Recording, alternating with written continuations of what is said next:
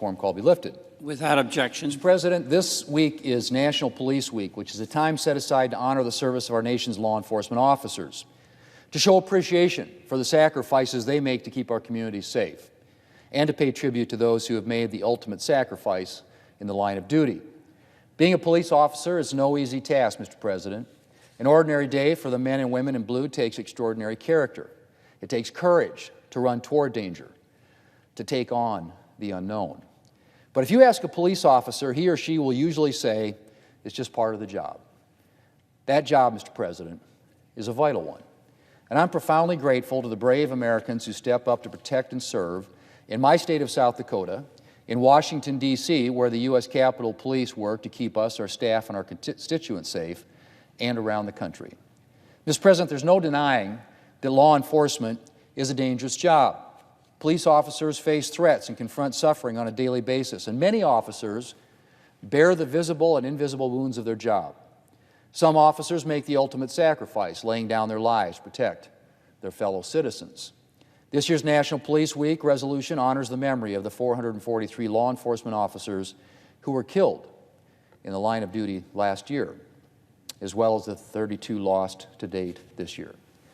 And my thoughts and prayers go out to their families and to their fellow officers. Mr. President, being a police officer has never been easy. Over the last few years, however, steady criticism and vilification and the enduring defund the police movement have made the job a lot harder and taken a noticeable toll on morale. Police retirements and resignations are up around the country, and there aren't enough applicants to fill available openings. The police department in Nashville, North Carolina, is down 40% of its budgeted positions. Cleveland, Ohio, has the smallest police academy class in 25 years, just 9 recruits. And here in Washington, D.C., the Metropolitan Police Department has fewer officers than at any time in the last 25 years. Meanwhile, crime continues to surge around the country. Here in D.C., violent crime is up 13% from the same time last year, and property crime is up 30% over the same period. In Philadelphia, retail and auto theft are surging, and as one article recently noted, small business owners are hoping the next mayor will make public safety a top priority. Meanwhile, in Chicago, crime is up 42% compared to the same time last year, driven in part by a staggering 131% increase in motor vehicle theft. And the list goes on.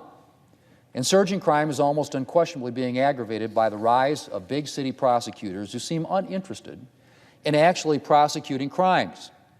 Philadelphia's district attorney, for example, actually campaigned on a platform of prosecuting fewer crimes. And then there's the U.S. Attorney for Washington, D.C., who declined to prosecute 2/3 of arrests last year. 2/3. D.C. police data say the average homicide suspect has been arrested 11 times before he or she commits a murder. 11 times. Think about that, Mr. President. Congress has the legal authority to block D.C. ordinances thanks to the federal legislation rooted in the Constitution, which gives Congress legislative jurisdiction over the seat of the U.S. government. And when, in the face of a crime surge, the D.C. City Council passed a law weakening penalties for a number of crimes, Congress intervened and successfully blocked the bill. And yesterday, the Senate successfully passed Senator Vance's legislation to block another D.C. City Council measure, a measure that would make it more difficult for police officers to do their jobs and could lead to targeting of individual officers. Mr. President, between soft-on-crime policies and prosecutors and anti-police rhetoric, too often amplified or accommodated by members of the Democrat Party, it's been a difficult few years for police officers. And the Biden administration has presented yet another challenge for law enforcement: the crisis at our southern border that has raged for the past 2 years thanks to the President's refusal to take border security seriously. There have been a staggering 5 million attempted illegal crossings of our southern border during the Biden administration, an average of 6,300 some individuals per day. And that doesn't even count the so-called gotaways, which are individuals the Border Patrol saw but was unable to apprehend. And those numbers got even worse last week as the Biden administration prepared to lift pandemic-era Title 42 authorities, which allowed the U.S. Customs and Border Protection to quickly turn back at least some individuals at the border. Our Border Patrol agents and our nation's border communities are overwhelmed. Border Patrol agents in San Diego last week arrested an Afghan national on the FBI's terror watch list, underscoring that the immigration crisis directly affects our national security and public safety. And cross-border illegal activity is making life difficult for law enforcement agencies around the country. I've talked to sheriffs in South Dakota about as far from our southern border as you can get, who are dealing with fentanyl that has been trafficked across the border from Mexico. Last year, Minnehaha County Sheriff Mike Milstead estimated that 90% of fentanyl and meth in our state comes through Mexico. And that trafficking is undoubtedly being facilitated by the chaos at our southern border.